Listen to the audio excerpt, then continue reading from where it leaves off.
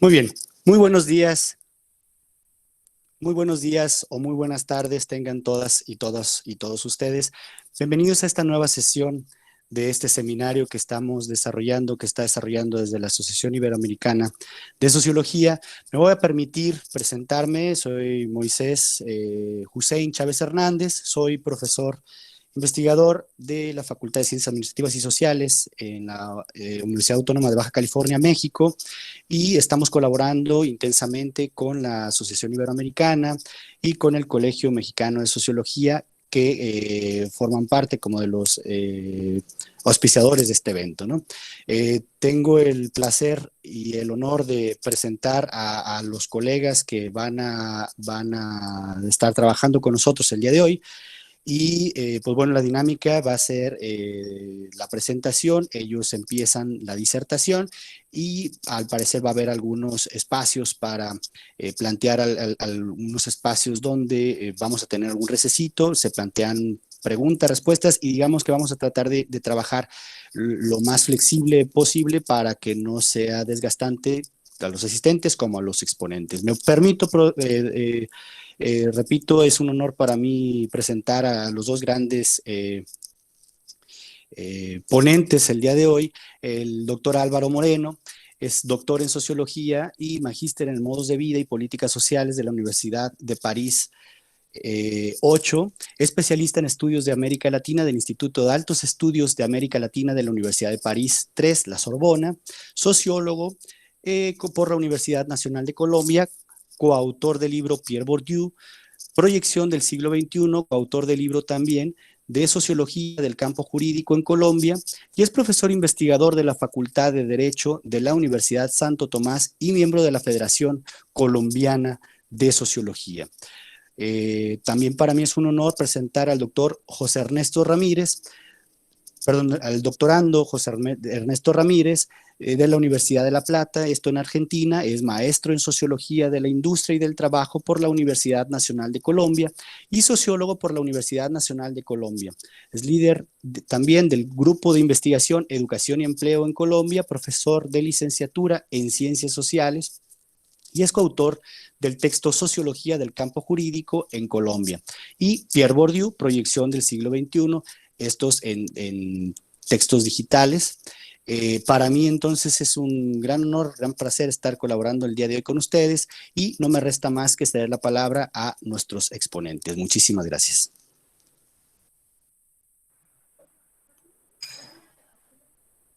Bueno, muchas gracias Moisés por su amable presentación.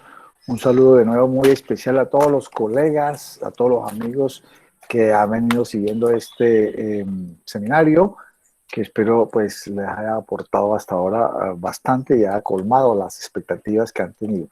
En el día de hoy pues vamos a hablar de un tema que es el impacto del sistema colonial y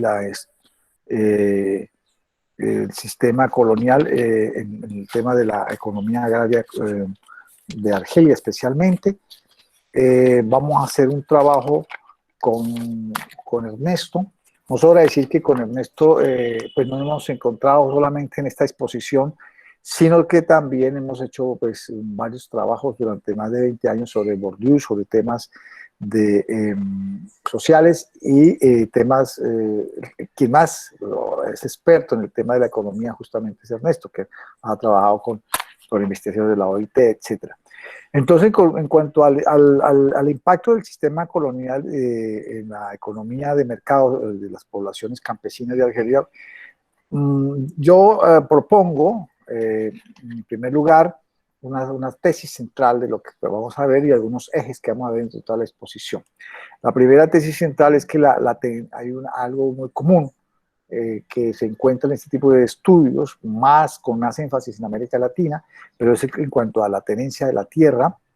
El otro eje es el trabajo mismo, las economías familiares y también el tema de que estos tres ejes están expuestos a lo que ya Bourdieu a la dinámica de poder de los dominados y de los dominantes. Entonces vamos a empezar a mirar desde esos puntos de vista como ejes centrales.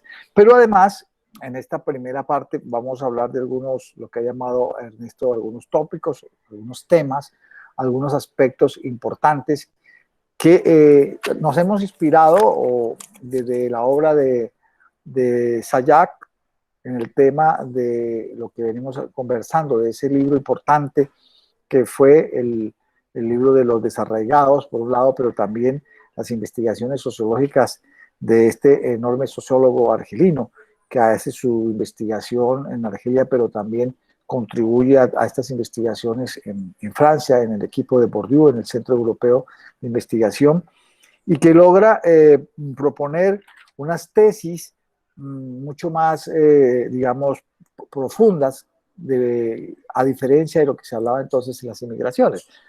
No sobra decir que ese es el tema de Amin, quien es el que realmente ha trabajado e investigado sobre el tema de Sayak, pero nosotros, a manera de abrebocas, hoy vamos a dejar algunos aspectos que irá a profundizar nuestro colega. Ese tema de la investigación de la economía argelina, que ya había salido en los desarraigados justamente en el tema de la fotografía, como lo vimos en la primera sesión, donde por un lado se muestra la forma de vida de los inmigrantes en la ciudad, la forma de dormir, la forma de vivir con algunas barracas que son hechas por los propios militares, en los aspectos de ciertos reagrupamientos a manera de campos de concentración que se tenían allí, impidiéndole pues una forma de vida mucho más adecuada al origen de la cultura de los argelinos. Y por otro lado también se veía ya el quehacer de los argelinos que estaban en la ciudad. Vemos algunas fotografías que curiosamente se hacía referencia por esos días de que son muy típicas esas fotografías, si se quiere, de nuestro paisaje en América Latina, de las sociedades urbanas en cuanto al tema de la economía informal.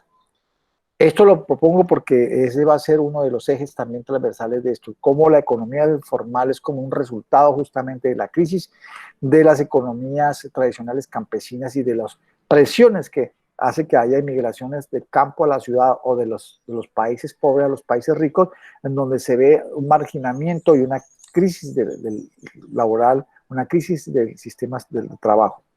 Y por otro lado, otro elemento que vamos a observar aquí es de qué manera esa forma de encuentro entre los inmigrantes y las sociedades, que yo llamaba en alguna época en una tesis que hice doctoral sobre el desplazamiento, los que atienden al que llega, ¿cierto? Los residentes, los que ya llegan, esa relación tensa que se empieza a dar y ahí donde surge una serie de elementos de tensión, de racismo, etcétera, pues, es también evidente de una manera etnográfica y que lo hace evidente uno de los, digamos, autores latinoamericanos que estudia este tema, especialmente en México, como Néstor García Canclini, y lo que llama la hibridez. Ese tema de que puede encontrarse allí una serie de elementos culturales, estéticos y de forma de gusto, como diría Bourdieu, en donde es el producto de lo que es este encuentro entre migrantes y las sociedades donde llegan estos inmigrantes. A eso le agregaría yo algo personalmente de una tesis que hice también en maestría, que fue el tema de los inmigrantes culturales. Nosotros personalmente fuimos inmigrantes culturales porque estuvimos personalmente en Francia estudiando, y mi tesis hace una referencia a los estudiantes cuando van a otra ciudad y pues algunos con beca, la mayoría sin beca, pero que tienen que hacer una serie de labores como inmigrante, que hace que recordar a Sayak cuando hablaba de ese sufrimiento, de pronto ser estigmatizado, de pronto de no tener las posibilidades uno de tener el reconocimiento como incluso como persona o como profesional, sino que un ciudadano de tercera, pero que las condiciones y los intereses del inmigrante cultural, a diferencia, como dicen en Francia, del inmigrante económico, era la necesidad de hacer estudios en la universidad, que eran mucho menos costosos que en nuestro propio país, donde existían, en Colombia, por ejemplo, no existía, Pero la tesis es que el emigrante cultural, como la mayoría inmigrante, pero especialmente el emigrante cultural,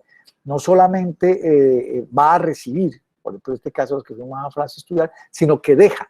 Y si está lleno, los museos del mundo, de los inmigrantes que llegan ahí, los que pueden dejar las cosas cuando no son de una u otra manera hurtadas, porque parte del gran capital cultural institucionalizado y objetivado en estos museos ha sido la sustracción de la obra cuando sus colonias han estado expuestas a que ellos puedan saquearlas, etc. Entonces, esto es un elemento interesante que podemos también tocarlo al fondo.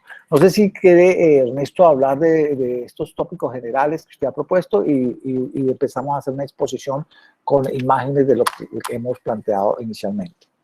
Sí, Ernesto.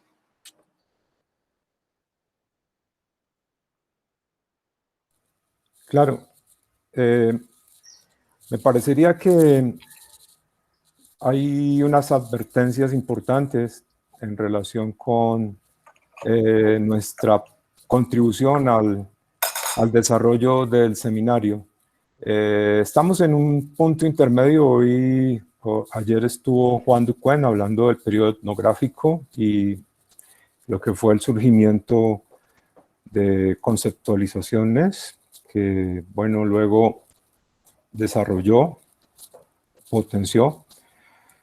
Y luego viene Amin Pérez el próximo viernes, creo, a explicar básicamente a partir de los 3 trabajos que reeditaron en los últimos años y las fuentes consultadas adicionales a propósito de los archivos del Centro Europeo de Sociología y los dejados por Abdelmalek, especificación sobre lo que significa la transición del análisis sobre una economía colonial o colonizada, campesina, agraria, y el impacto del proceso impuesto por la potencia colonizadora, ¿qué podemos transferir y cómo al periodo actual, ¿no? Que es básicamente esta pregunta: ¿cómo hacer una transferencia aplicada? Y en aplicada no solamente se refiere al rigor que requeriría analizar en el periodo presente el desarraigo como violencia capitalista en el campo principalmente, sino también la aplicación de los conceptos, ¿no? Entonces, volviendo un poco al inicio, hay una observación muy interesante que la podemos ubicar en este concepto. La observación estadística y etnográfica de uno de los desplazamientos más brutales y masivos de las poblaciones rurales de la historia permite captar en el momento mismo en que se agitan las estructuras más fundamentales de la economía y del pensamiento campesino. El desarraigo que destruye los marcos espaciales y temporales de la existencia ordinaria completa lo que había comenzado la generalización de los intercambios monetarios en referencia al único trabajo digno de ese nombre en lo sucesivo, el que proporciona ingresos en dinero. La actividad campesina del pasado y todo lo demás, los valores asociados a ella, están desacreditados.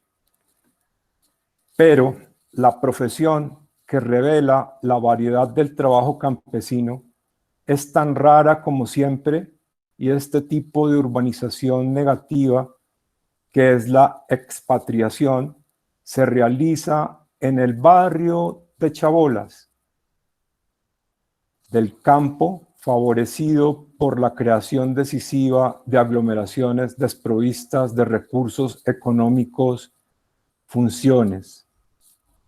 Este análisis de los procesos sociales engendrados por la pretensión de acelerar la historia a través de la violencia y en el desconocimiento de los mecanismos desencadenados, no sería del todo inútil si pudiera ayudar a evitar que la historia se repita. Aparte del prólogo de este texto. Nos preocupa entonces, a propósito de la transferencia posible, la reutilización de algunas de estas categorías de análisis, como por ejemplo la descomposición rural, la forma en que se ha leído en nuestro contexto, en nuestras ciencias sociales, ese fenómeno, las variantes que tiene el proceso de descomposición desde lo económico, pero no solamente en lo económico, sino que va a tener ahora cada vez más expresión multifuncional y estructural sobre aspectos como el medio ambiente, los procesos culturales, las formas de integración, etc.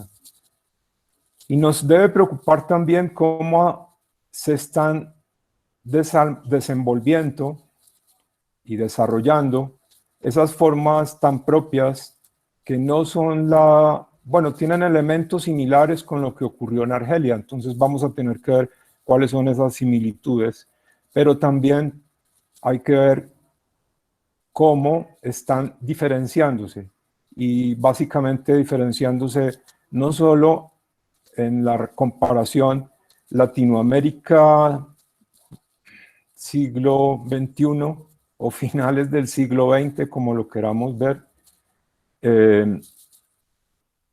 y Argelia, periodo colonial, periodo de liberación nacional, sino también al interior de las sociedades latinoamericanas, porque son procesos que tienen continuidades, pero también divergencias, disparidades.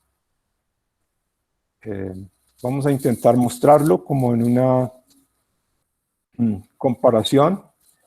Va a haber más adelante una puntualización sobre los dos países. Van a hablar sobre México, van a hablar igualmente sobre los fenómenos en Colombia. De momento nos parecería pertinente plantear en esa comparación de secuencias cómo ha variado en términos gruesos, tal vez un poco apresurados, esa secuencia que no está, pues el plano no lo permite diferenciar en una línea del tiempo, está superpuesta, pero en orden de antigüedad. Podríamos decir que lo de Argelia tuvo una dinámica que pasó del sometimiento colonialista y su destrucción económica y cultural, la reagrupación de las poblaciones. Son aproximadamente 3 millones de argelinos los que son reagrupados en nuevos asentamientos, luego de la expulsión, luego de la separación de zonas, paralelamente un proceso de resistencia y finalmente la liberación nacional. Pero de ahí no se acaba el desarraigo luego va a expresarse en manifestaciones como las que atraviesan la propia biografía de Abdelmalek Zayat y de todos los norafricanos, los pueblos del Asia Meridional o del Cercano Oriente, es decir, todo el espectro del Islam que se mueve a Francia y que da lugar a que incluso en tiempos recientes se hable si hay diferencia entre el Islam que llega a Francia y el Islam que nace en Francia. Entonces, para solamente dar una expresión de lo que está implicando esa transformación, que básicamente tiene las formas migratorias, deportatorias, segregacionistas, de barrios, de guetos, etc. En los casos de Colombia y México hay unos paralelos muy interesantes, ¿no? Básicamente hay una palabra que se repite, desafortunadamente, ¿no? Y es el narcotráfico. Pero también tienen formas de militarismo o de conflicto armado, es decir, de la sustitución del peso que podría tener una sociedad civil como forma de expresión frente al Estado y frente al mercado, en términos de Alan Turing, y lo que sería entonces el militarismo y el ejercicio de las múltiples formas de violencia, la institucionalizada y la no institucionalizada, como sustitutos, como invisibilizadores de las posibilidades de la sociedad civil, esté o no organizada.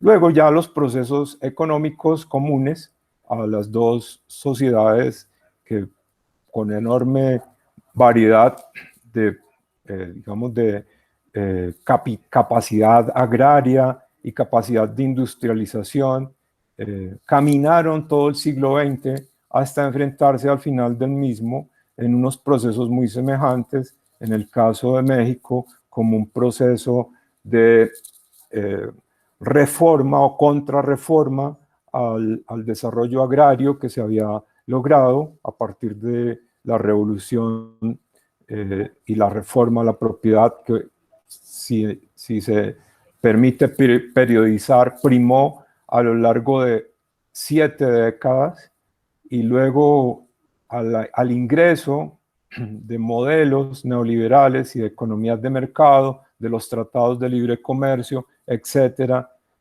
continuó en la forma de una contrarreforma a la propiedad de la tierra, principalmente a la administración de la propiedad de la tierra, y que paralelamente desde 1994 con el ejército zapatista dio origen a esas expresiones de resistencia y de repotenciación de la movilización campesina. Pero como si ahí no hubiera acabado el proceso, en 2006 entonces se empieza a vivir esta última etapa que se podría llamar la etapa de la guerra abierta contra las drogas durante la administración de Felipe Calderón, que por cierto ahora se ha vuelto un promotor de, junto con Vicente Fox, de posibles reformas en la regulación de los cultivos y en la legalización del consumo, y que hace pronosticar para el siglo XXI un México como escenario de disputa entre el reconocimiento de los derechos de los pueblos indios a sus territorios y a su cultura, o la desposesión de sus recursos a favor de una modernidad depredadora. Llamo la atención sobre la diferencia que implica la conceptualización de indio y de campesino en los dos escenarios, ¿no?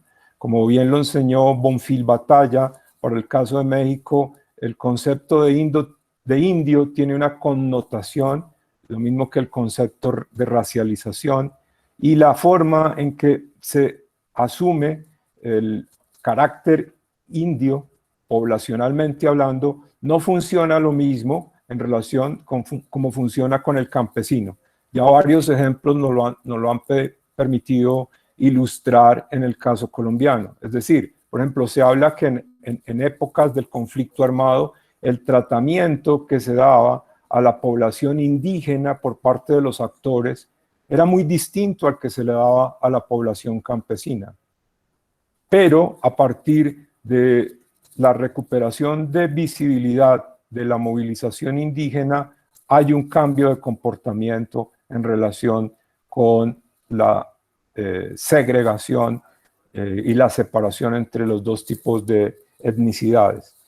Eso en alguna forma tiene evidencia a partir del cambio constitucional y las formas que, por ejemplo, podríamos ubicar en los mapeos, como este que muestra en el plano colombiano a su derecha la presencia y territorialidad de actores étnicos y culturales. Y esto es apenas una parte de todo lo que en alguna manera representa el conflicto por territorio en el caso colombiano. Ahí aparecen apenas los conceptos de resguardos indígenas, de zonas de reserva campesina, de anteriormente las zonas de reserva forestal, los CIDRES, los territorios afrodescendientes, los consejos comunitarios y las movilizaciones que empiezan, sobre todo en el siglo XX, a presentarse en relación con la resistencia de esos pueblos.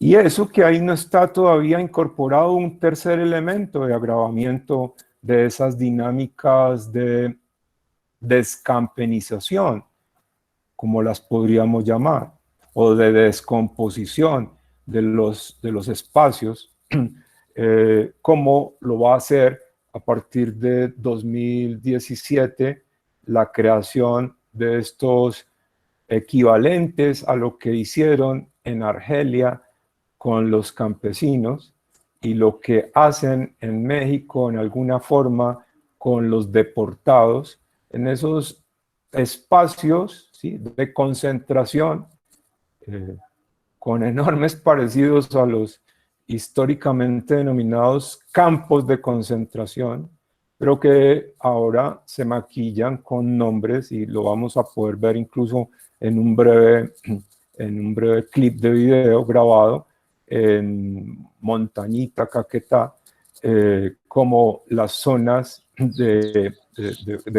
ahora los proyectos con enfoque de desarrollo territorial, antes llamadas zonas veredales de transición, y otros nombres que se les han venido aplicando.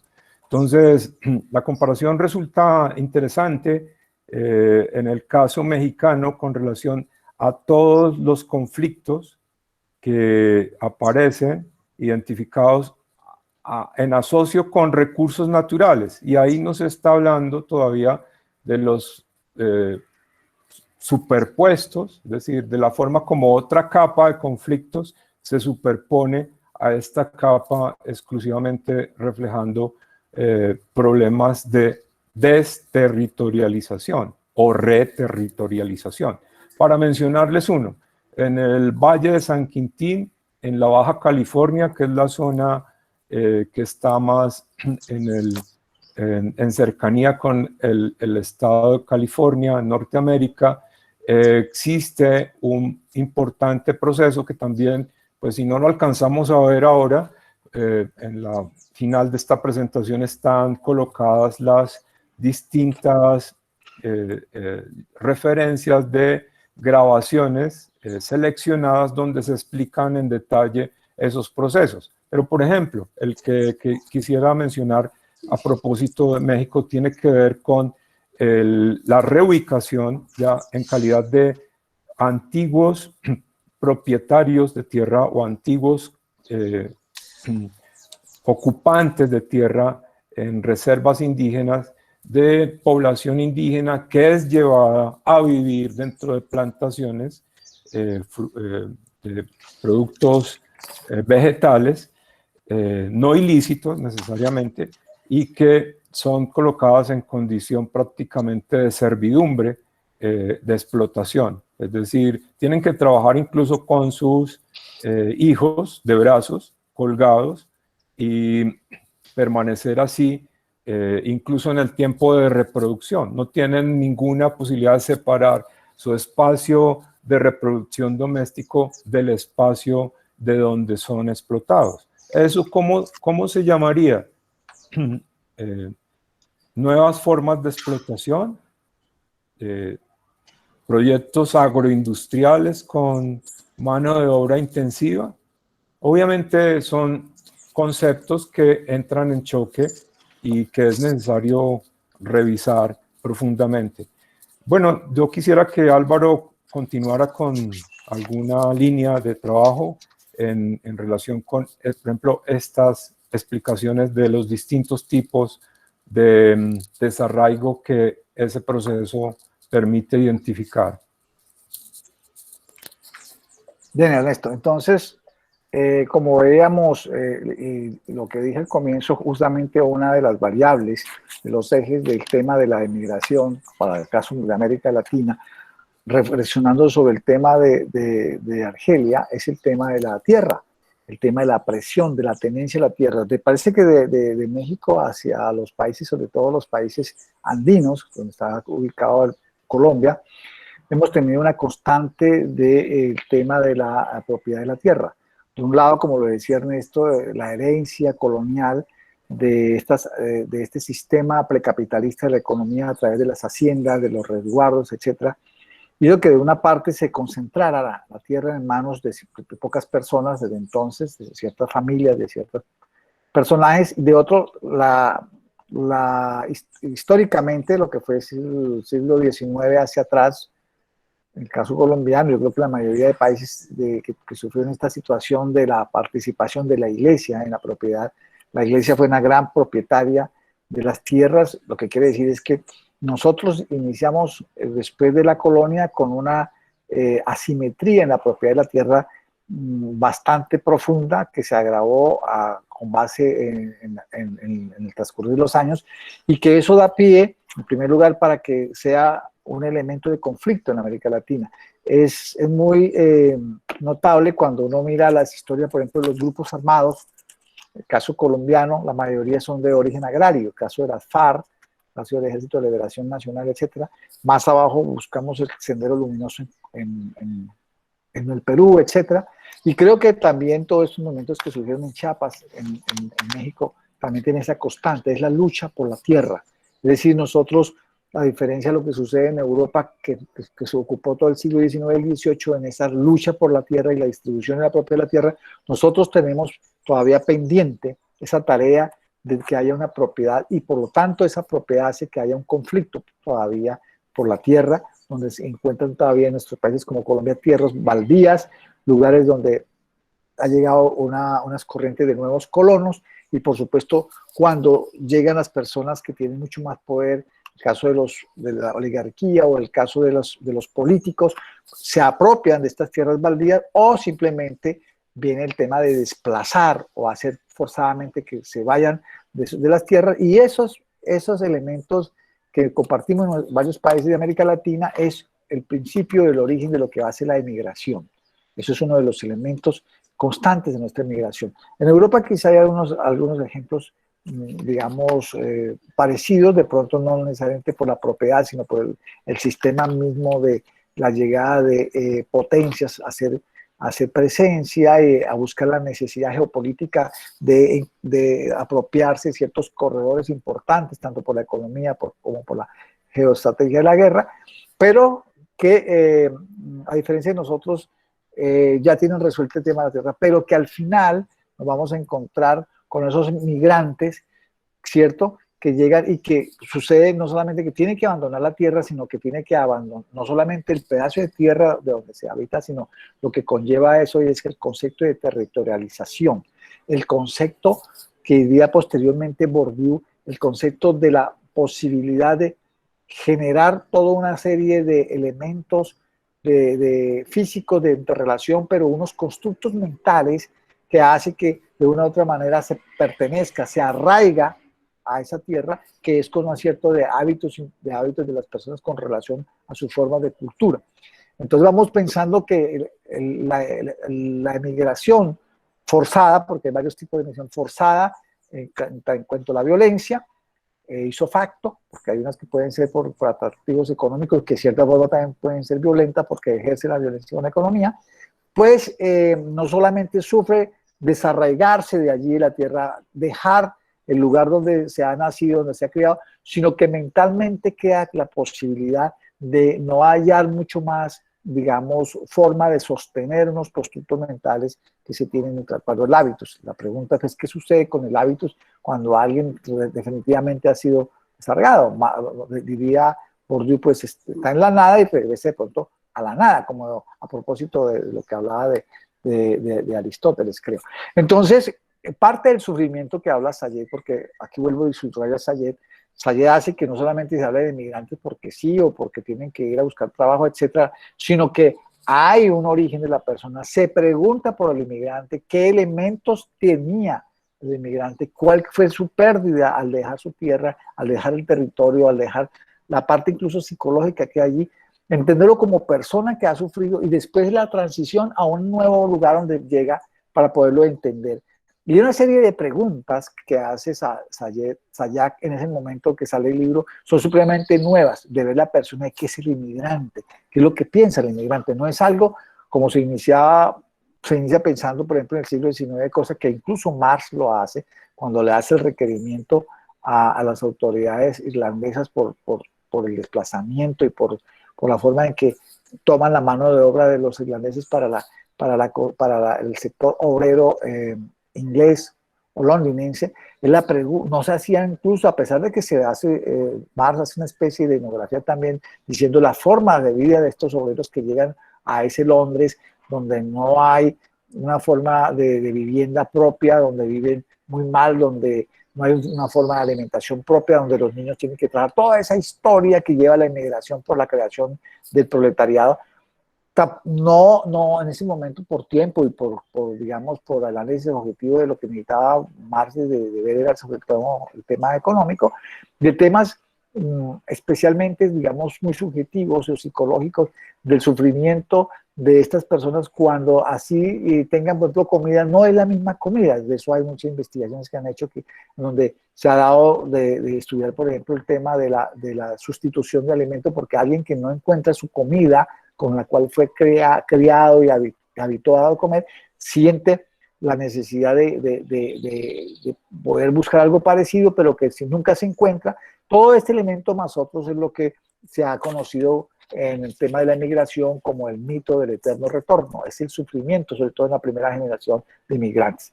Bueno, entonces, ¿qué le dice esencialmente a Abdelmalek Sayed aquí? El significado social y político de la inmigración no es solamente económico, sino que es algo que es político y que algo que es social, que representa para los territorios no solamente donde se llega, ¿cierto? Porque allí va a cuestionar, es otro elemento esencial que dice Sayed en esa época.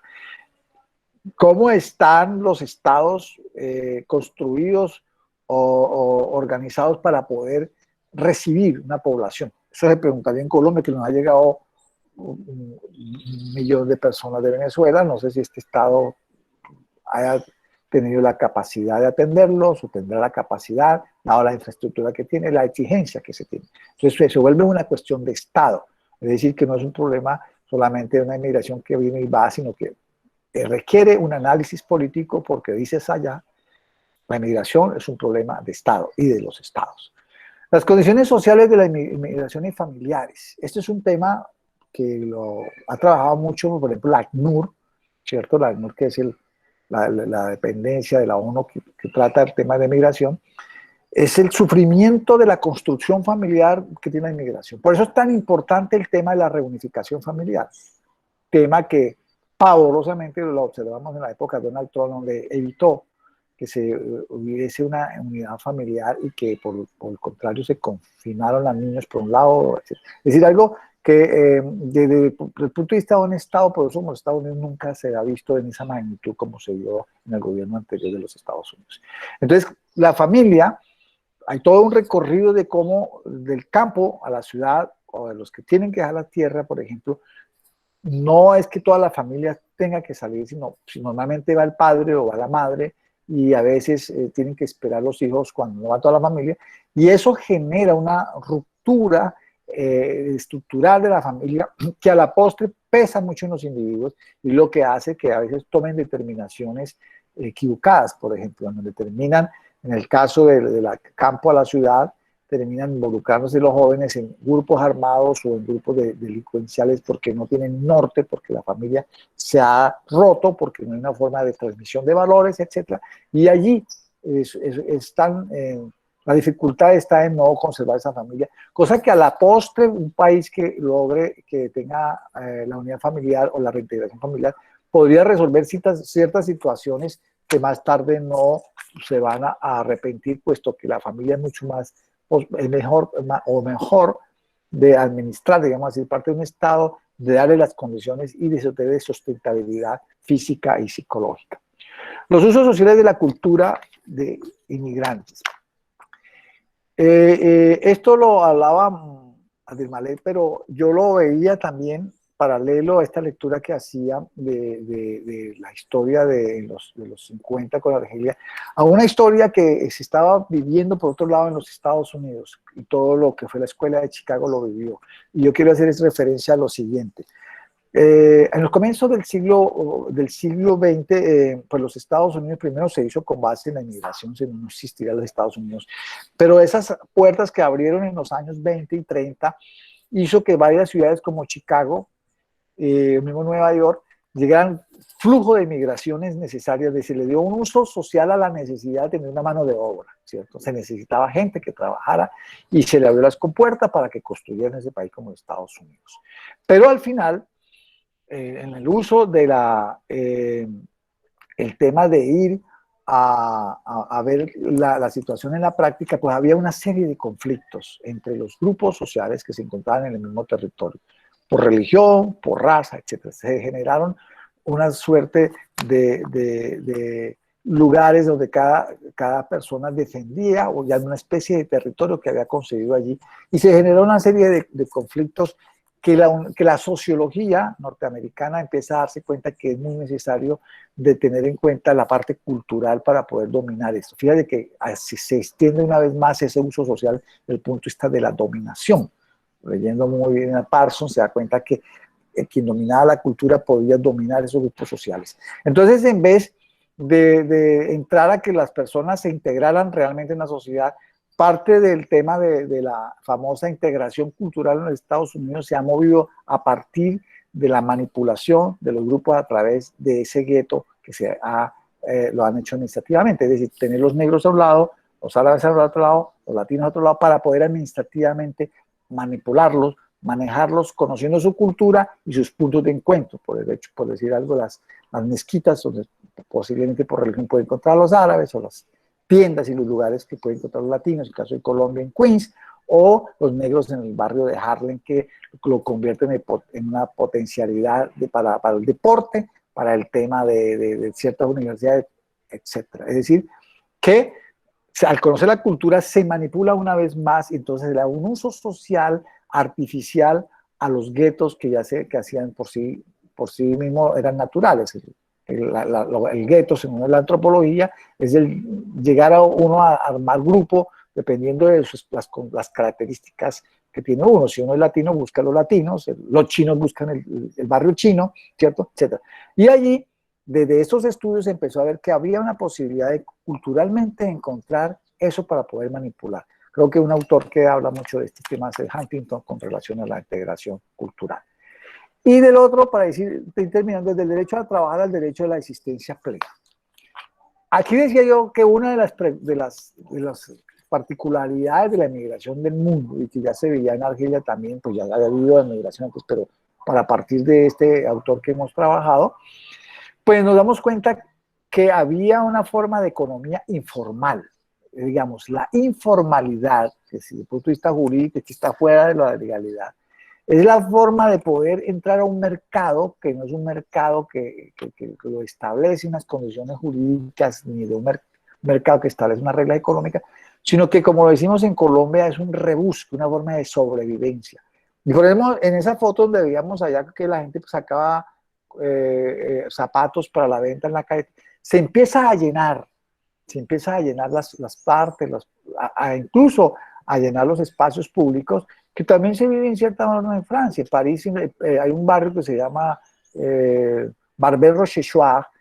Allí hay una conglomerado de inmigrantes, en donde puede ser cualquier barrio de Bogotá o de Ciudad de México, donde la gente sale a vender a los mismos inmigrantes cosas, es decir, el rebusque. Entonces, la economía informal de vender cosas en un mercado muy artesanal, pero de una forma de buscar el pan diario, se convierte en una característica en América Latina. La economía informal es, en cierta forma, un producto de las inmigraciones del campo a la ciudad, para ir concluyendo. Pero no todo va hacia una economía, digamos, positiva. El problema es que cuando aparecen otros elementos como el narcotráfico, el tema de la inmigración también puede ser caldo de cultivo para que ciertas personas que no tienen ninguna opción de vida terminen en ese tipo de situaciones, que a su vez es una economía informal también. Una economía informal, gran economía. Si más tarde tenemos ocasión de hablar de Colombia, aquí hubo un ministro de Economía que decía que si se tenía que hablar de economía y aprender de economía, habría que aprender de Pablo Escobar, que tuvo la capacidad marginalmente de hacer un enorme capital utilizando manos de obra y utilizando todo lo que significó, digamos, clandestinamente una industria y superar los capitales mismos de la economía formal que tenía en el caso colombiano.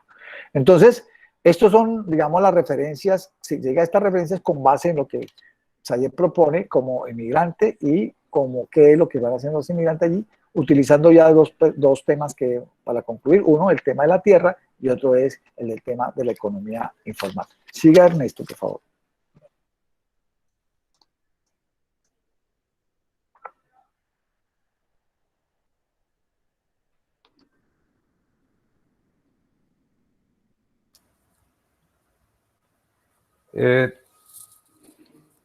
Bueno, volviendo un poco al eje de la pregunta sobre cómo hacer la transferencia del estudio de los desarraigos a propósito de lo que estamos presenciando, de lo que se ha naturalizado, de lo que se ha intentado de mil maneras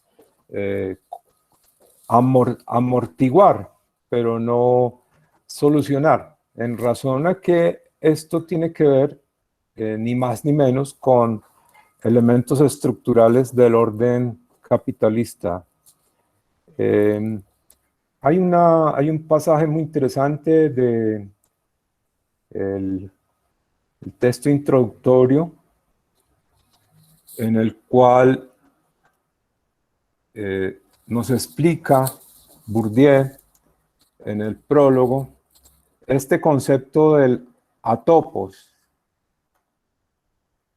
El atopos, o sea, el sin lugar, es, parafraseando a Sócrates, vamos a leerlo, como Sócrates, el inmigrante es un atopos, un sin lugar, un desubicado, un inclasificable, aproximación que no está aquí para mejorar por virtud de referencia.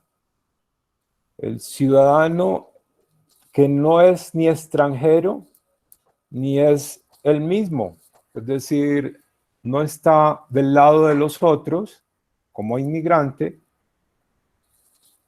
ni del lado de los mismos como el deportado, el reubicado espacialmente en el espacio de partida, pero mentalmente anhelante de regresar a ese lugar donde intentó ubicarse. Es una situación muy semejante tal vez, y en eso termina la cita, a lo de que Platón denominó el bastardo, el que está en la frontera entre ser y no ser social. Entonces, es una tensión que, pues mirando los datos, está supeditando la existencia de contingentes importantes de población. Ya mencionamos aproximadamente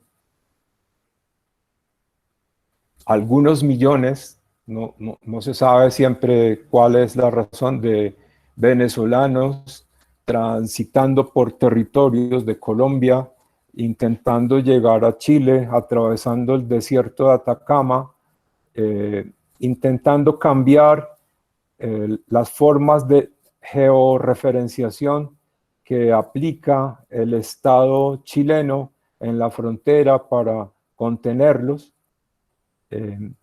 y que, según un dato de las entidades que estudian, para el caso de Centroamérica, implica entre 350,000 o más solicitantes de ser reconocidos como refugiados. Entonces, los conceptos están muy asociados. Descampenización, imposibilidad de recampenizarse, como lo podrían estar evidenciando, por ejemplo, los que han sido reubicados en los campamentos de exguerrilleros en Colombia ante las importantes obstáculos para reintegrarse productivamente a la economía, y las formas entonces que se trasladan esos grupos de población de la legalidad a la ilegalidad, ¿no? Durante mucho tiempo en México el ingreso ilegal al país fue considerado un delito. Han tenido que revertirlo muy recientemente, pero aún así entonces la política de ese grupo de población, la política de los refugiados o la política de los ilegales en el territorio, aún no termina de construirse. Y muestra entonces que el tránsito de la descampenización al desarraigo, a la deportación, es muy fluido, como lo presenta esta reflexión. Es un triple proceso migratorio, ¿no? Se sale de lo rural, se ingresa a lo urbano en lugares cercanos a los perímetros rurales. Para mencionar un ejemplo, en mi ciudad, Bogotá, el 50% de los residentes no nacieron en Bogotá. Creo que están 48-52. Es decir, es población que ha llegado a Bogotá. La mayor parte de los que llegaron a Bogotá proceden básicamente de 3 departamentos que están básicamente en el cinturón de limítrofe fronterizo de nuestro departamento, ¿no? Es Boyacá hacia el oriente, el Meta hacia el sur, Tolima hacia el occidente. Ese proceso entonces es un primer eslabón de un continuo, ¿no? Luego el proceso avanza en el tránsito del urbano periférico a lo de las ciudades capitales. Entonces, ahí se explica esa parte de la población que empieza a tener dormitorios, es decir, villas o municipios dormitorios en la sabana de Bogotá, para el caso de Bogotá, o en símiles en distintos puntos de nuestro continente. Pasa lo mismo en muchas ciudades, en lo que se denominan los conurbanos o las áreas metropolitanas. Y finalmente, ante la imposibilidad de ubicación dentro de los mercados laborales en condiciones dignas, cuando muchas de esas poblaciones tienen formación profesionalizante, pero incluso por el origen no son fácilmente admitidos en las convocatorias de empleo.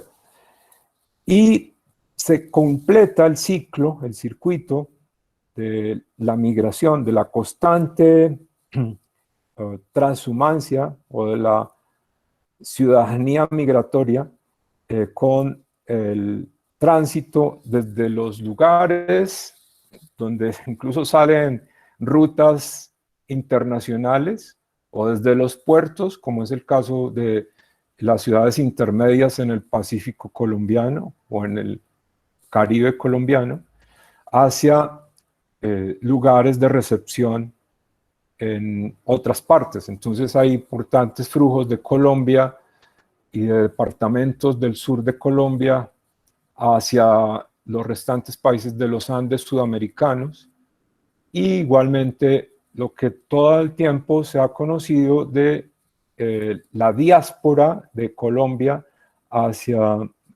Norteamérica, el sueño americano del que tanto se han ocupado los novelistas, los cineastas y en general incluso investigación académica, ¿no? Desde la economía, de modelos económicos que intentan explicar cómo es el proceso de toma de decisión migratoria. Desde ese punto de vista, entonces, no sería digamos, de problematizar la condición migratoria, ¿no? Si eso es la rosa de los tiempos, es el espíritu de la época, es la culminación del sueño de la globalización, en que, como lo plantean algunos científicos sociales, la biografía es penetrada por la globalización, es decir, todas las biografías de una u otra manera, individualmente, son afectadas por ese proceso globalizante, y la forma lógica de expresión es la de una permanente circulación, ¿no? Ya se había advertido que el espíritu de la globalización era en alguna manera defronterizar los flujos del capital, es decir, el capital se mueve en tiempo real, y eventualmente se han ido removiendo los diques que implicaban fronterizar aspectos como las credenciales educativas, los mercados de trabajo, las cuestiones que manejan, por ejemplo, los patrimonios, etcétera, con las ventajas y las desventajas, ¿no? La fuga de capitales y los paraísos fiscales son elementos negativos de ese proceso. La posibilidad de acceder a mercados globales de trabajo podría ser un aspecto positivo. La posibilidad de acceder a la universalización de lo universal en términos de poder conocer lo mejor de la creación literaria y bibliográfica de cualquier parte del mundo, eso sería fabulosamente útil. Pero la cara negativa, el lado oculto, es todo ese conjunto de procesos que están implicando y que tienen un punto de partida que podríamos ubicar en ese concepto de descomposición, un concepto crucial para entender esa dinámica. Saliéndonos un poco de la perspectiva de quienes estudiaron Argelia, miremos cómo, por ejemplo, Orlando Fals define la descomposición del campesinado y lo asocia con un proceso que es el principal acicate de esa descomposición, que no es otro que la racionalidad capitalista. Por la vía de la técnica, por la vía de la modernización del campo, por la vía de la introducción de las tecnologías productivas, tanto tecnologías de automatización o de maximización de la productividad del trabajo, como de otro tipo de tecnologías sociales, comunicacionales, etc. Y nos advierte cómo la descomposición no es otra cosa que desbaratar y desordenar, y que en el caso de lo que se podría llamar la fracción de clase campesina, si es que se puede hablar en esos términos, y eso es otra discusión que pues se sale un poco del ámbito de este espacio, si el proletariado rural tiene la capacidad de liderar procesos de transformación, como eventualmente se pensó en una época a propósito de lo que representaban los trabajadores del café en Colombia, y por qué no habían logrado posicionarse como el sector de vanguardia de la movilización de clase obrera, ¿sí? Y hasta dónde entonces la sustitución, digamos la descomposición de ese campesinado incluso implica su desaparición como clase, ¿no? Que sería básicamente el riesgo que estadísticamente se está mostrando, pero que también con todo dramatismo en el caso colombiano revelan las tendencias de la no aplicación de la ley de tierras, de la no aplicación de la ley de víctimas y de la no aplicación, es decir, los tres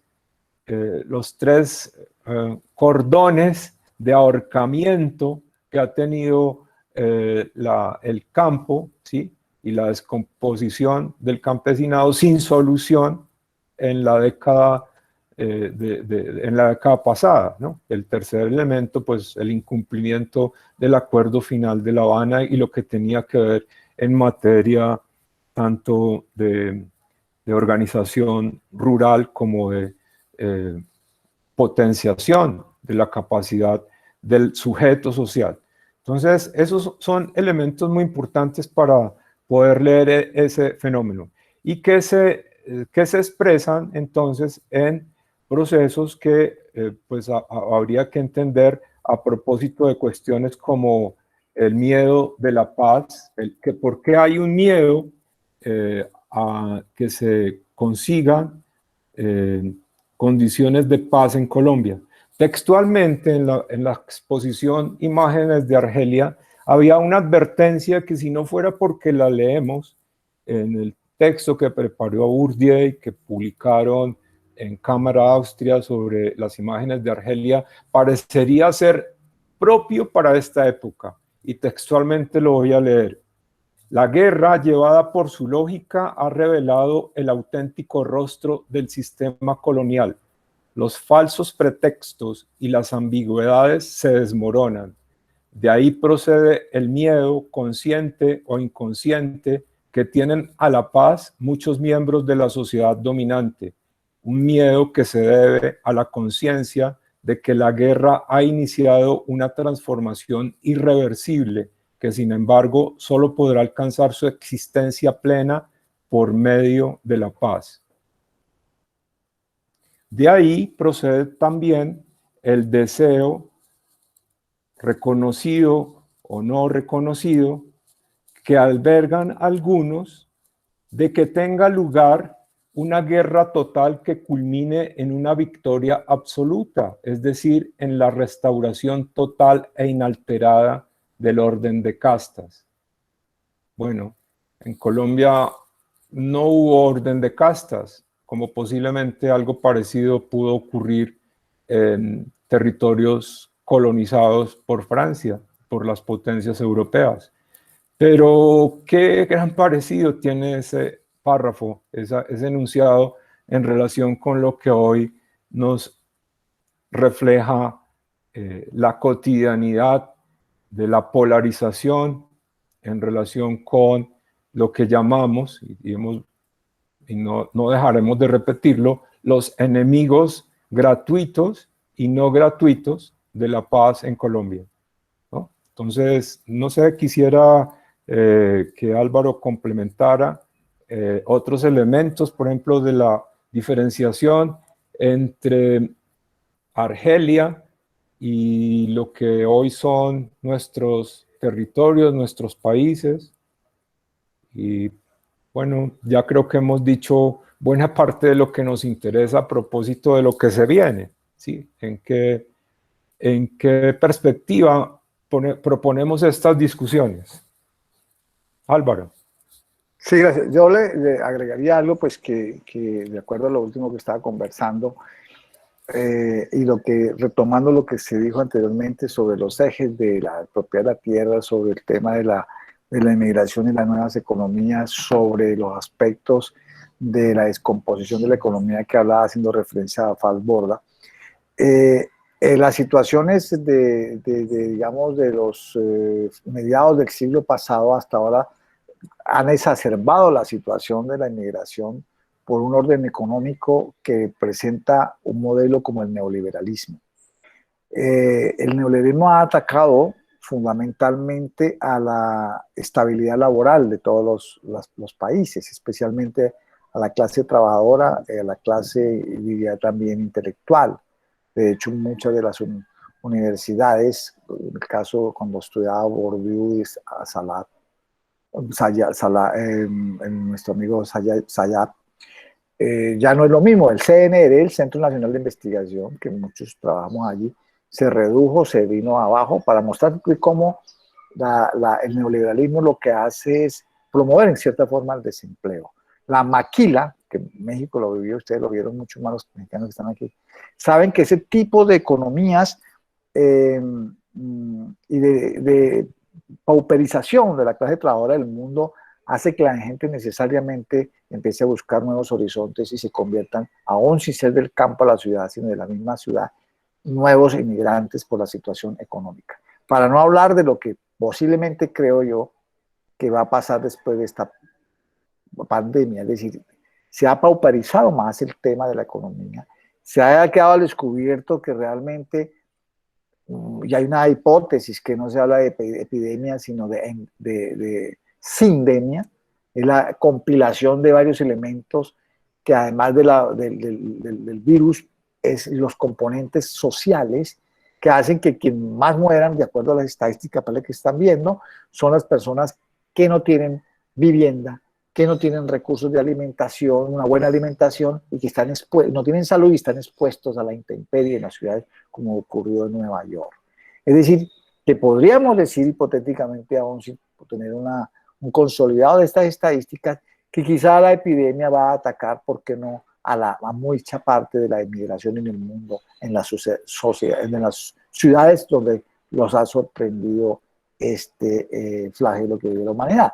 Entonces, aquí tendríamos que empezar a cruzar una serie de preguntas sobre qué pasa con las migraciones del mundo. Creo que hoy naufragó un barco por allá en Europa, con la gente que no pudo, a pesar de haber llegado a esas ciudades, realmente rehacer su vida, tener una familia y tener unas condiciones humanas de vida, que se la está cobrando quizás la epidemia. Yo sugiero que antes de comenzar, no sé, para que haya una suerte de pausa activa, unas preguntas, no sé si hay alguna pregunta, no nos preguntas para después la siguiente parte continuamos. No sé si nuestro colega que me está ayudando nos puede decir si alguien quiere levantar la mano o preguntar hasta lo que hemos hablado allí, si no se ha entendido algo o se quiere agregar algo. Entonces, Moisés, por favor. Claro, sí, gracias, doctor. Pues en el chat no hay preguntas. Ah, perdón, sí, ya hay una pregunta de Gabriela Cabrera. Bueno, es un comentario. Sí, las maquilas son economías golondrina que generan desarraigo y al irse terminan por empobrecer los espacios de donde salieron sus habitantes. En la región lo vivimos, se empobrecieron las ciudades, las comunidades de la zona de Veracruz. Es el comentario de Gabriela Cabrera. Gabriela, y, sí, bueno, no sé. Perdón un segundo, lo interrumpo, Moisés.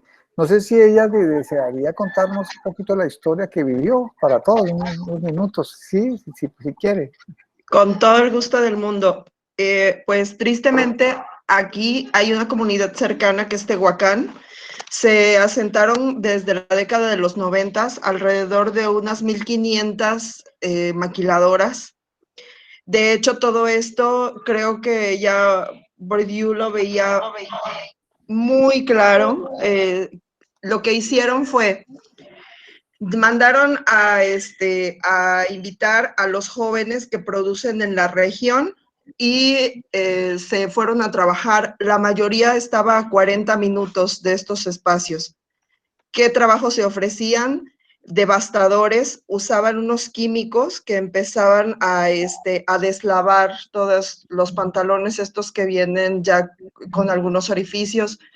Muchos problemas de salud en poblaciones jóvenes, vías respiratorias, algunas cuestiones cardíacas.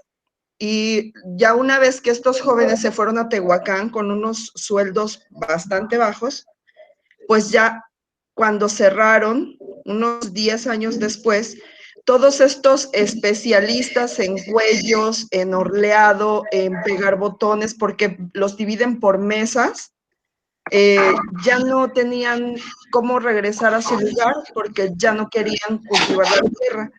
En la universidad analizamos y me quedó muy claro de un pronunciamiento de Bartra, de Armando Bartra, sobre el Plan Puebla-Panamá, y que este empobrecimiento iba a generar precisamente el que las comunidades migraran, se empobrecieran los terrenos y al final de cuentas las comunidades empezaran a abaratar sus espacios, y así fue. Una región que era muy pródiga, hoy día volvió errantes a sus comunidades jóvenes, ya no volvieron, cambió todo el hábitus, efectivamente, esta solidaridad, y tal como lo mencionaron aquí, a mi esposo le tocó ir a ver campos de entrenamiento, que fue bastante duro, personas del narcotráfico, porque él trabaja para Catastro del Estado. Entonces, ir como viendo este correr de los jinetes del apocalipsis que ya se anunciaban, pues pareciera mentira que en 20 años hubieran dejado toda esta estela. Como sociólogo te duele, pero como ser humano te rompe. Muy bien, muchas gracias. Gracias. Y No, ojalá, gracias, Gabriela. quisiéramos que esto parara, ¿verdad? Pero pareciera que le cortan una cabeza al monstruo y después salen multiplicadas. Muchas gracias por la participación. Gracias. No sé si habrá otra. Gracias.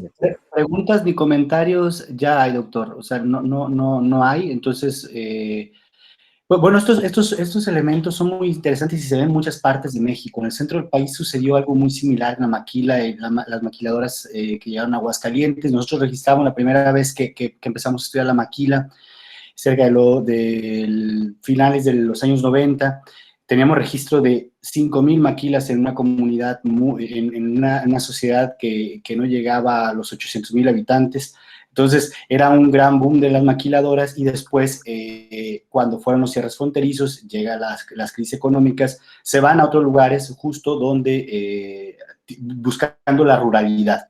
Ya las ciudades dejaban de ser como un nicho para buscar en la ruralidad, y empezaron a crear como comunidades altamente especializadas en las maquilas. Se especializaban, pero digamos que duraban pues muy poco, economías rapaces, terminaban con recursos.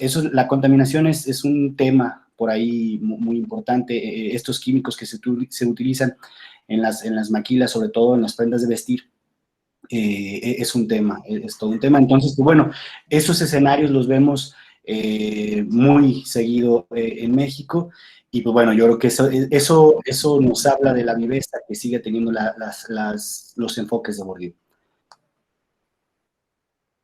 Bueno, bien, muchas gracias.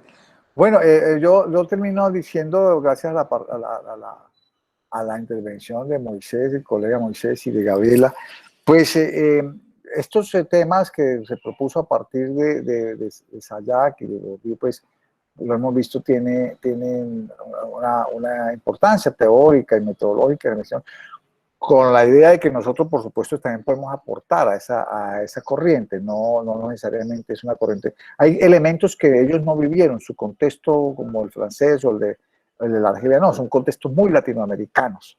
En el tema, por ejemplo, de lo que ha sido la droga, es un tema muy latinoamericano. Colombia lo vivió, lo seguimos viviendo, México también lo está viviendo, donde es mucho más violento, ¿cierto?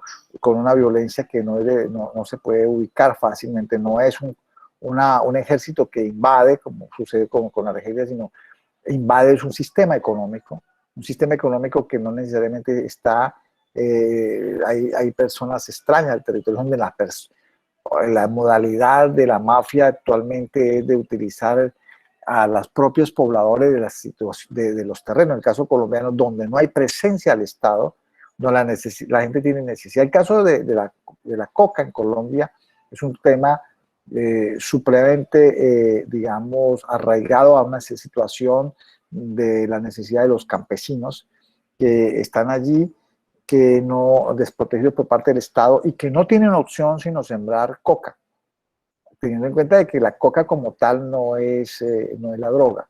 La coca es como digamos, planta, es una planta antiquísima, precolombina, donde hace parte digamos, de las religiones y de los mitos de nuestros antepasados y de nuestros indígenas actualmente, pero que desafortunadamente al descomponerla químicamente saca la cocaína, y ya con ese mercado de la cocaína, pues lo que hace es que se necesita la coca y ese proceso de la coca volverla pasta y después cocaína, son todo un ejército de campesinos desarrapados dentro del campo que no tienen otra forma económica de sobrevivir. Entonces es un tema de nunca acabar. Hoy día estamos viviendo una situación también una vez más compleja porque se quiere acabar con los cultivos que son cientos de miles de hectáreas, con unas aspersiones de glifosato que no se utilizan en otra parte, sino se quiere una vez más aquí tomar. Entonces no solamente es un tema de que no se va a resolver la economía de los campesinos, un tema que va en contra del medio ambiente, en contra de la salud, y que, de acuerdo a muchas investigaciones que hemos hecho, hace que cada vez que se tire el veneno sobre estas siembros, la gente tenga que emigrar, porque la gente teme porque sabe que no solamente se va a envenenar la planta de coca, sino la planta de la comida, los animales que tiene. Entonces, la vez anterior de las migraciones en los años 80 y parte de los 90, una buena flujo de la migración, por ejemplo, de Colombia hacia Ecuador, estos países, fue debido a esa fumigación. Entonces ya el estudio se hizo y ya sabemos que va a haber una nueva emigración a partir de allí.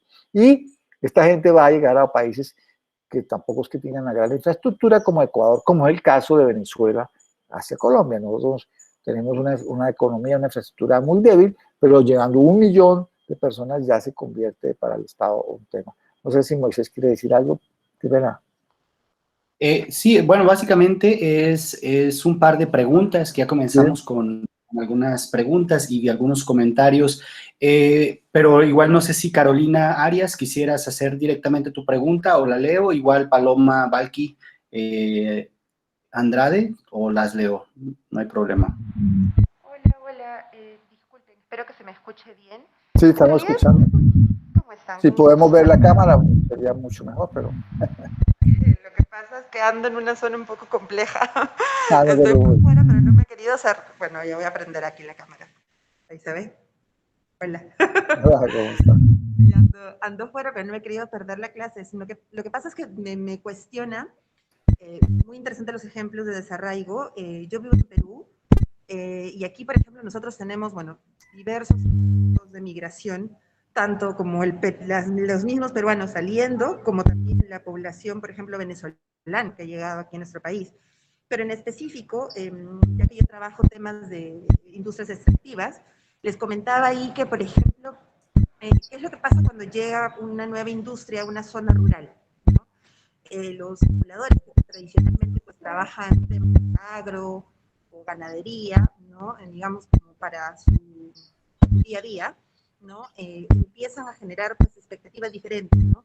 Y tratar de insertarse en estos procesos de economía extractiva, con lo cual definitivamente se quiebra el status quo de la sociedad y empiezan a generar otro tipo de competencias, ¿no? Ya sea como peones obreros o en todo caso con capacitaciones técnicas para poder insertarse en los anexos, ¿no? Entonces, los he escuchado y decía, podría también catalogarse como un desarraigo, porque no solamente es que se genera esta fractura social, de dinámica social rural, sino y sobre todo también se genera procesos de migración interna en el mismo país. Tenemos gente siguiendo, digamos, ¿no? Las diferentes obras previas a la llegada de una minera, por ejemplo, ¿no? Porque se necesitan perfiles tan específicos que una vez que el indígena, el trabajador o la persona rural adquiere esas competencias, ya deja su pueblo y empieza a migrar, digamos, donde tiene esa oportunidad laboral, ¿no? Entonces, no necesariamente está mal visto, pero sí es un fenómeno que está ocurriendo en mi país y eso era un poco la reflexión que quería compartir con ustedes. Bien, gracias. Gracias. Siga, si quiere, Ernesto, ¿quiere seguir, por favor? Sí, mencionaron Venezuela. Es interesante y creo que el colega José Adolfo Zabaleta, que nos va a acompañar el 8 de mayo, o el 7, sí, el 8 de mayo, va a hacer referencia a procesos específicos recientes en el territorio, sobre todo el sur oeste de México.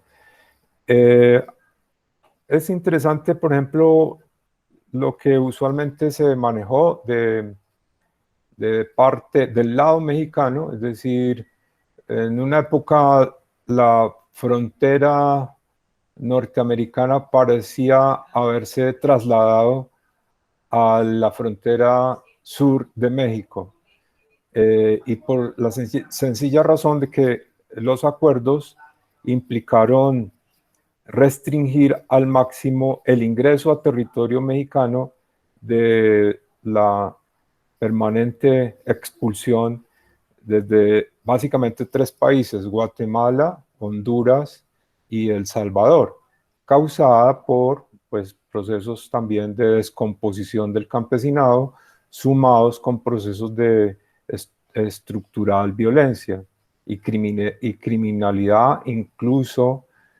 con expresiones como las que hay en Honduras de gobiernos mafiosos.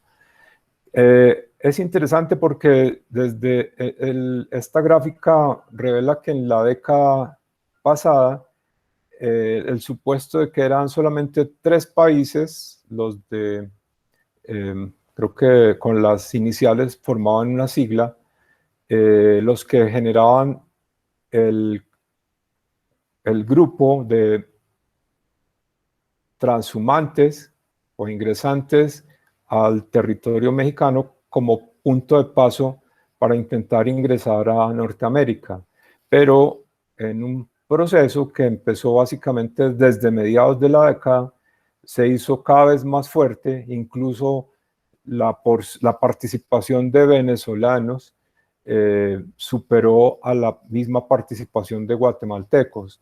Entonces, como ven en la última barra de 2019, Venezuela ocupa el tercer lugar, casi que iguala con El Salvador en volumen de expulsados o refugiados, ese es el término más técnico, refugiados internos desde el punto de vista de Centroamérica, si se incluye a Guatemala, y del sur del continente que están en ese tránsito. Entonces, esas categorías es importante entenderlas porque son las que explicarían en alguna forma procesos semejantes como los que ocurren entre Venezuela, Colombia, Ecuador y Perú y Chile, ¿no?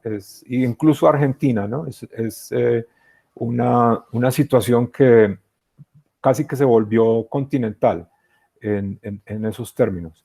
Entonces son procesos muy semejantes, ¿no? Y pues si la cuestión relativa a la diversidad de posibilidades interpretativas o explicativas desde el análisis del concepto mismo de inmigración, hay que leer mucho a Abdelmalek Zayat. Él tiene unas claves muy importantes. Si ustedes revisan la literatura que se produce, por ejemplo, los estudios que realizan centros de investigación en muchos países o las investigaciones de las universidades en nuestros países, es muy baja la presencia de la sociología inspirada en Zayat para explicar esos procesos. Hay una cuestión que es transversal también y es el de las xenofobias.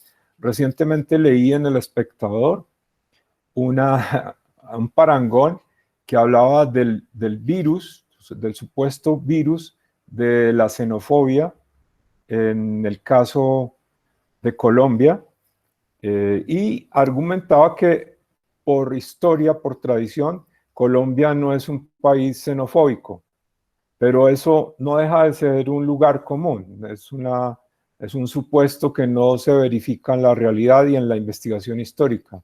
Un historiador, Frederick Martínez, demostró que como producto de la decepción de no poder equipararse con las élites europeas que sufrían las élites colombianas cuando viajaban a Europa, es decir, eran vistas como regularmente como otros grupos que no podían acceder al estatus social que tenían los europeos. Entonces, al regreso a Colombia, fomentaban regularmente una estrategia muy nacionalista que terminó entonces generando una diferencia muy importante en la forma en que absorbió Colombia inmigración en el siglo XIX y a comienzos del siglo XX y la que tuvieron otras sociedades latinoamericanas. Entonces, se podría demostrar con argumentos que por cuestiones religiosas principalmente y por cuestiones económicas, el territorio colombiano y la cultura colombiana fue refractaria a importantes procesos inmigratorios desde el exterior. Entonces se podría pensar, ¿qué está pasando cuando, considerando conceptos derivados, por ejemplo, de otra derivación de la sociología burdesiana, que es la que puso en práctica Lloyd Wackham en su investigación que dio lugar al texto sobre los desplazados de la modernidad, los excluidos de la modernidad. Ahí menciona efectivamente el concepto de segregación. Y entonces eso implica, junto con otras pistas de autores que han trabajado el concepto de segregación, entender las distintas manifestaciones de segregación que hoy están teniendo lugar, donde no solo habría segregación desde lo laboral, sino también desde lo educativo, y por ejemplo, se hacen estudios sobre cuáles son las oportunidades y los apoyos que reciben grupos que llegan a las ciudades de proveniencia distinta, por ejemplo en Chile o en Argentina, cuando menores escolares intentan ingresar a esos sistemas educativos ya consolidados.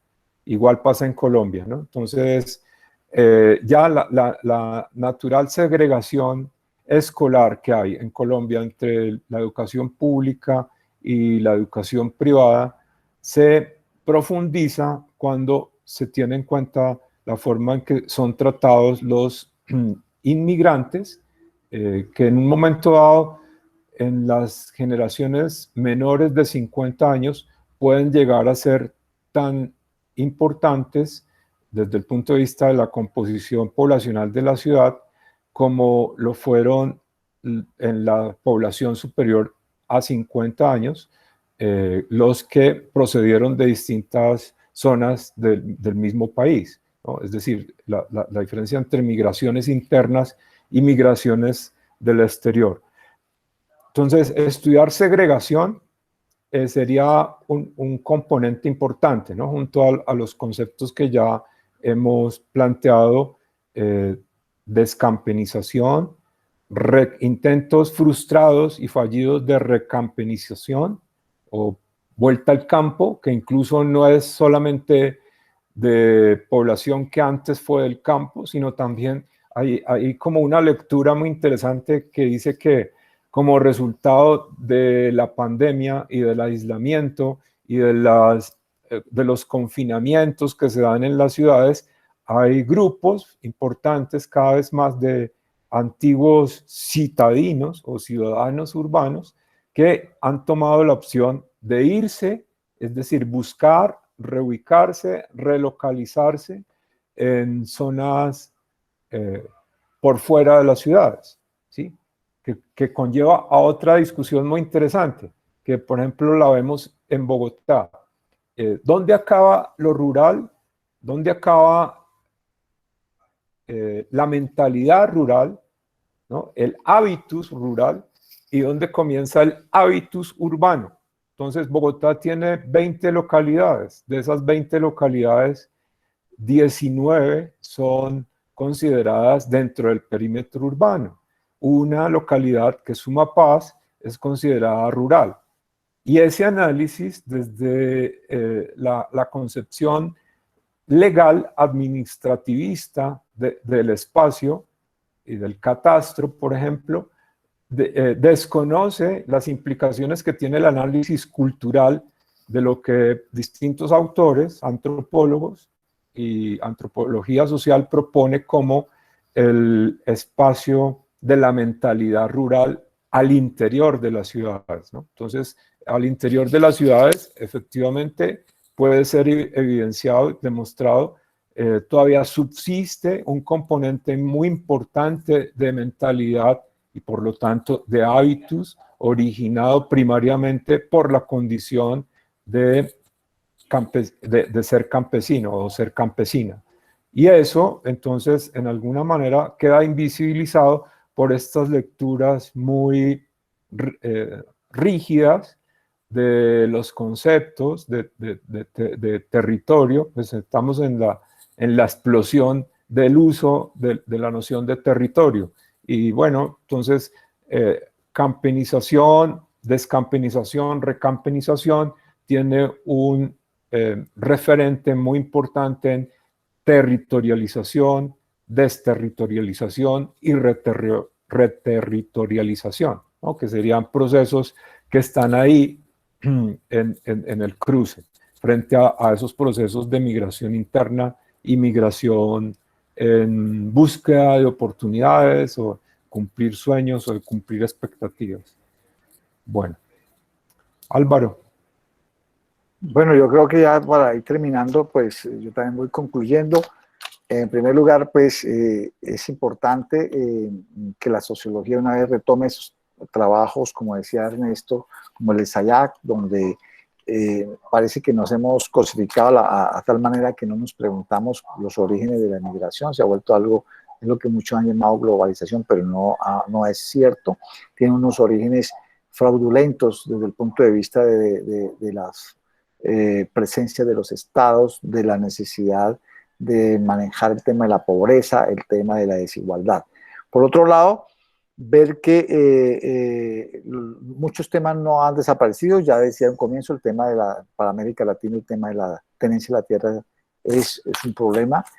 Y está el problema que surgen otros, como el tema del narcotráfico, en el caso de varios países de América Latina.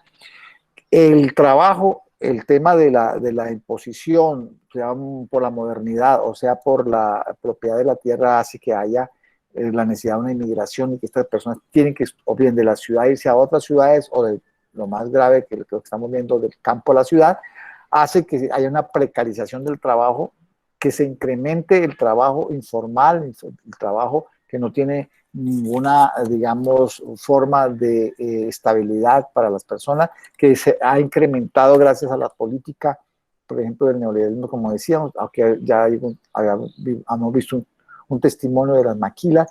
Continúa esa situación económica haciendo que digamos, el mundo quede cada vez más expuesto a la necesidad de la búsqueda, sobre todo de los más pobres, en cuestiones de trabajo, etcétera.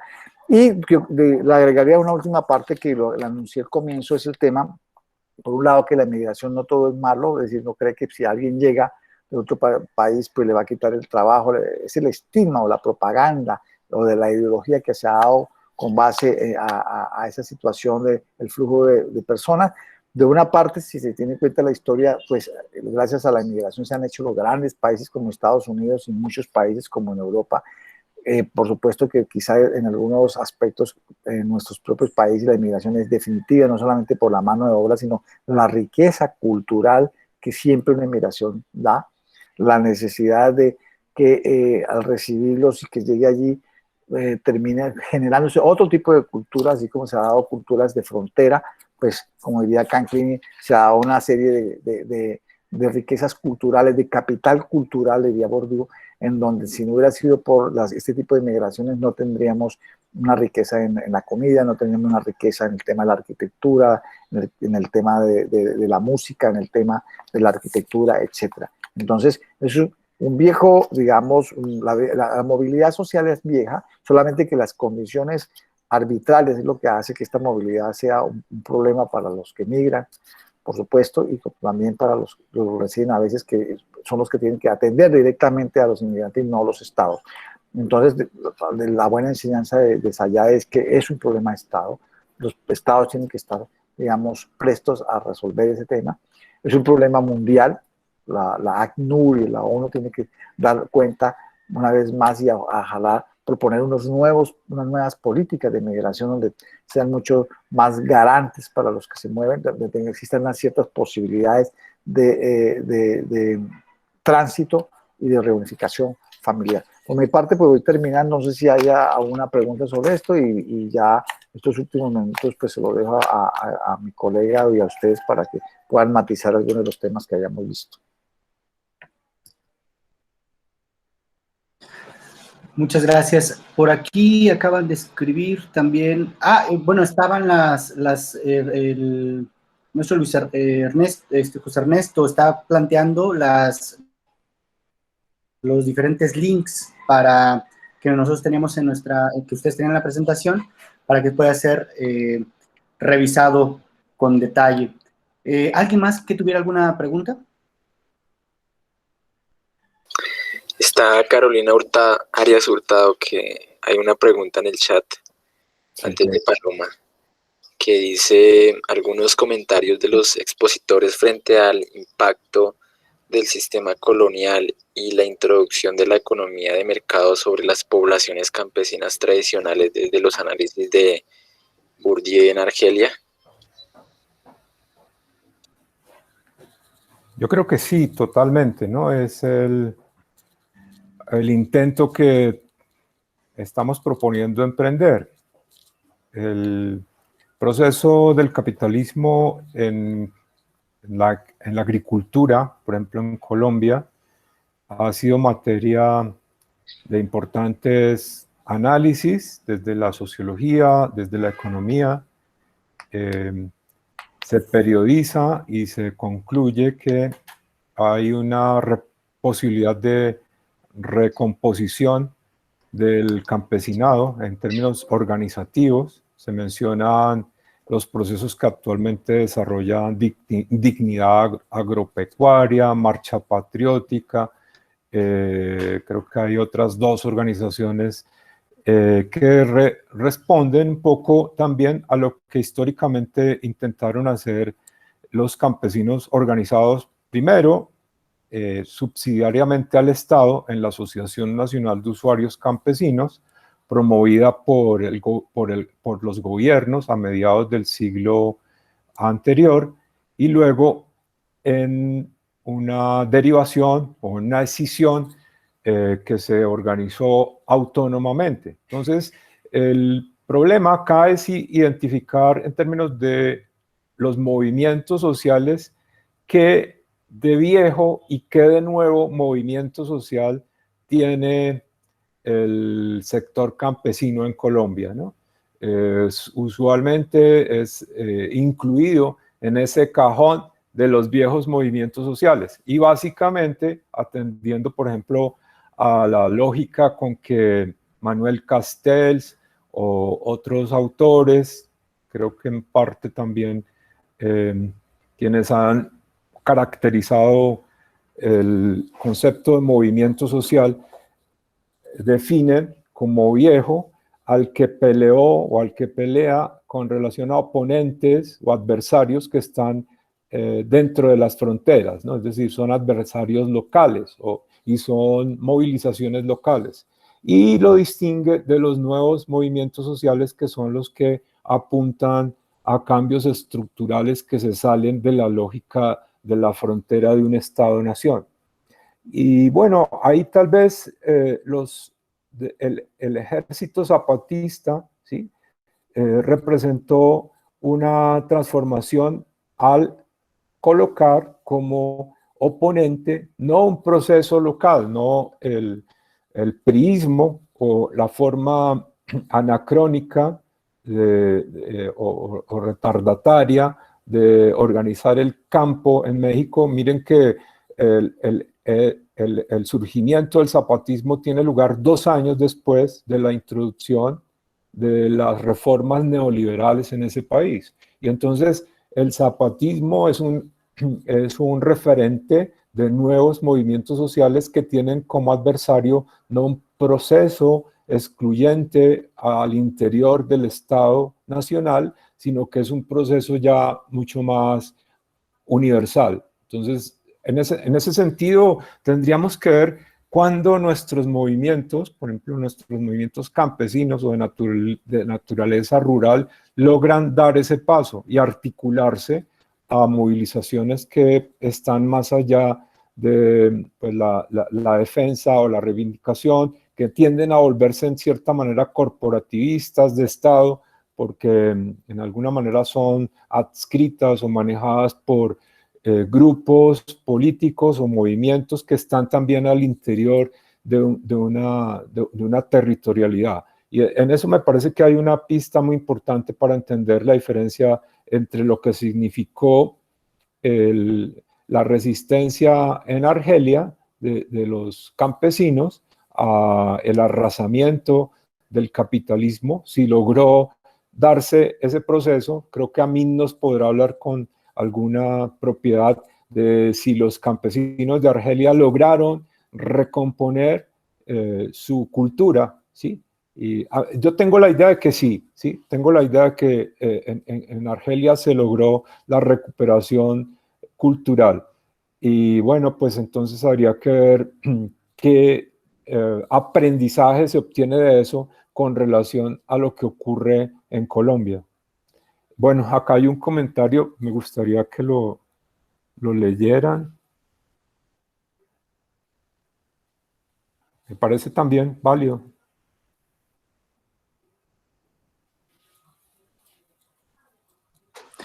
Muy bien, una disculpa para la compañera que se me pasó, la Carolina Arias, una disculpa.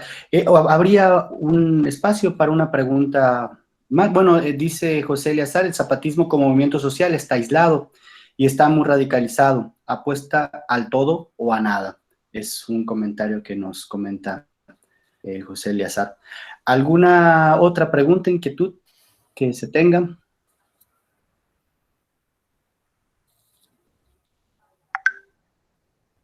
Bueno. Edwin Castro levantó la mano. Adelante, Edwin.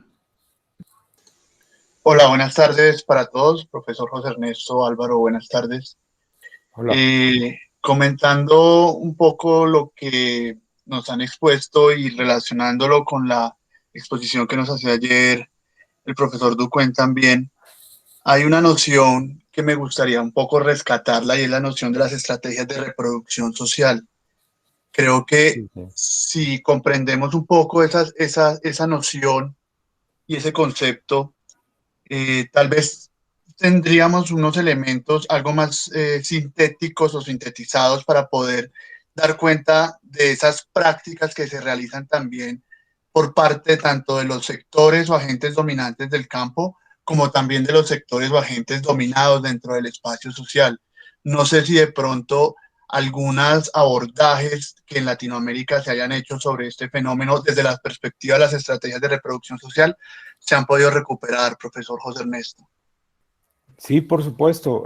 Bueno, yo les comparto que mi proyecto para el trabajo de tesis en la Universidad Nacional de La Plata tiene que ver precisamente con eso. Y bueno, voy a intentar que Juan sea el director de ese trabajo. Y es básicamente sobre el capítulo de estrategias de dominación de clase y modos de reproducción, que es un texto burdiano, que es pues como piedra angular para revisar esa transición. Entonces yo problematizo lo que pasó entre la vieja clase dominante o la clase dominante tradicional en nuestro país y la forma de dominación y las estrategias que se aplicaron a partir de la contaminación por el narcotráfico en las estructuras de dominación, tanto familiar como política, jurídica, económica, fiscalmente. Entonces, es interesante mirar, yo había estudiado antes a la familia Ospina, que era una familia del primer proceso de industrialización que vino desde el siglo XIX al siglo XX, una familia tradicional goda que en alguna manera desarrolló toda una estrategia en la cultura, en la economía, en la propiedad y familiarmente, porque había estrategias de casamiento incluidas para posicionarse, ¿no? Ese examen entonces termina a finales del siglo XX. Era característico de esa vieja clase el ser refractaria a la permeabilidad con las mafias, ¿no? Era una clase que en alguna manera intentaba preservar su dignidad de múltiples maneras, de no contaminarse con orígenes poco claros desde el punto de vista de la acumulación de recursos de capital, sobre todo capital económico. Entonces, lo que se evidencia a finales de los 80 en Colombia es la terminación de esos diques estructurales para entrar en vínculos, entrar en asociación, en negocios con capitales, familias, grupos y fuerzas de carácter mafioso. Entonces se podría entender ahí una aplicación de cómo funcionan las estrategias jurídicas, por ejemplo, en relación con la fiscalización, en relación con la propiedad de la tierra. Entonces es una combinación de incluso y estrategias de comunicación, ¿no? El uso de nuevas formas de uso, porque históricamente desde el siglo XIX... el termidor no sabe qué hacer, no lo tires a la basura. Ok. Históricamente los grupos en el poder manejaron, no había grupo en el poder o familia en el poder que no tuviera un medio de comunicación. Y bueno, de ese asunto se puede dar cuenta de cómo ha habido cambios en el control de los medios de comunicación. Entonces son estrategias evidentemente de reproducción social como fracción de clase, como fracción dominante o como facción que acumula los recursos, ¿no? Y bueno, intenta reproducir esa situación. Entonces creo que ahí hay una aplicación y espero poderla llevar a cabo. Ernesto, yo a eso le agregaría dos cosas también para el compañero. Una, creo que hay un excelente libro, una excelente investigación de Alicia Gutiérrez que se llama Pobres como siempre, que es un trabajo que duró casi 20 años, creo, en Argentina, de un barrio. Pero ojo que esta es la reproducción no solamente de los dominantes, sino la reproducción de los dominados. Hay una forma de reproducir la pobreza dominada. Sucede mucho con la migración. La migración, por lo menos en las investigaciones, se habla de 3 generaciones. La primera generación tiene el estigma, tiene el golpe, tiene todo lo que puede recibir de una nueva sociedad, ojalá, sobre todo en las sociedades ricas. La segunda generación son los hijos de los inmigrantes, pero todavía ya han dominado el acento, etcétera, en otros idiomas, etcétera. Y parece que la tercera generación es la que ya puede contarse en cierta forma más adaptada. Pero en esas 3 surge una serie de mecanismos de reproducción de su cultura que traen, pero también de reproducción de sobrevivencia. Pero hay un tema, para terminar, que no sé si has estudiado, que siempre me llamó la atención, sobre todo en los Estados Unidos, que aquellos inmigrantes que logran tener documentos, papeles, y que logran tener una posición medianamente buena, empiezan a reproducir los elementos de esa sociedad, digamos, xenófoba, por ejemplo, Estados Unidos. Yo creo que los cubanos, por allí en Miami, puede ser un estudio de eso, de cómo se convierten en unas personas que son más de la derecha, más xenófobos de los xenófobos, contra ciertas personas de América Latina. Es decir, qué curioso, una reproducción a la inversa. ¿Será que hay estudios? No sé, que digan ustedes, que diga Ernesto, que ha estado más cerca de esas averiguaciones.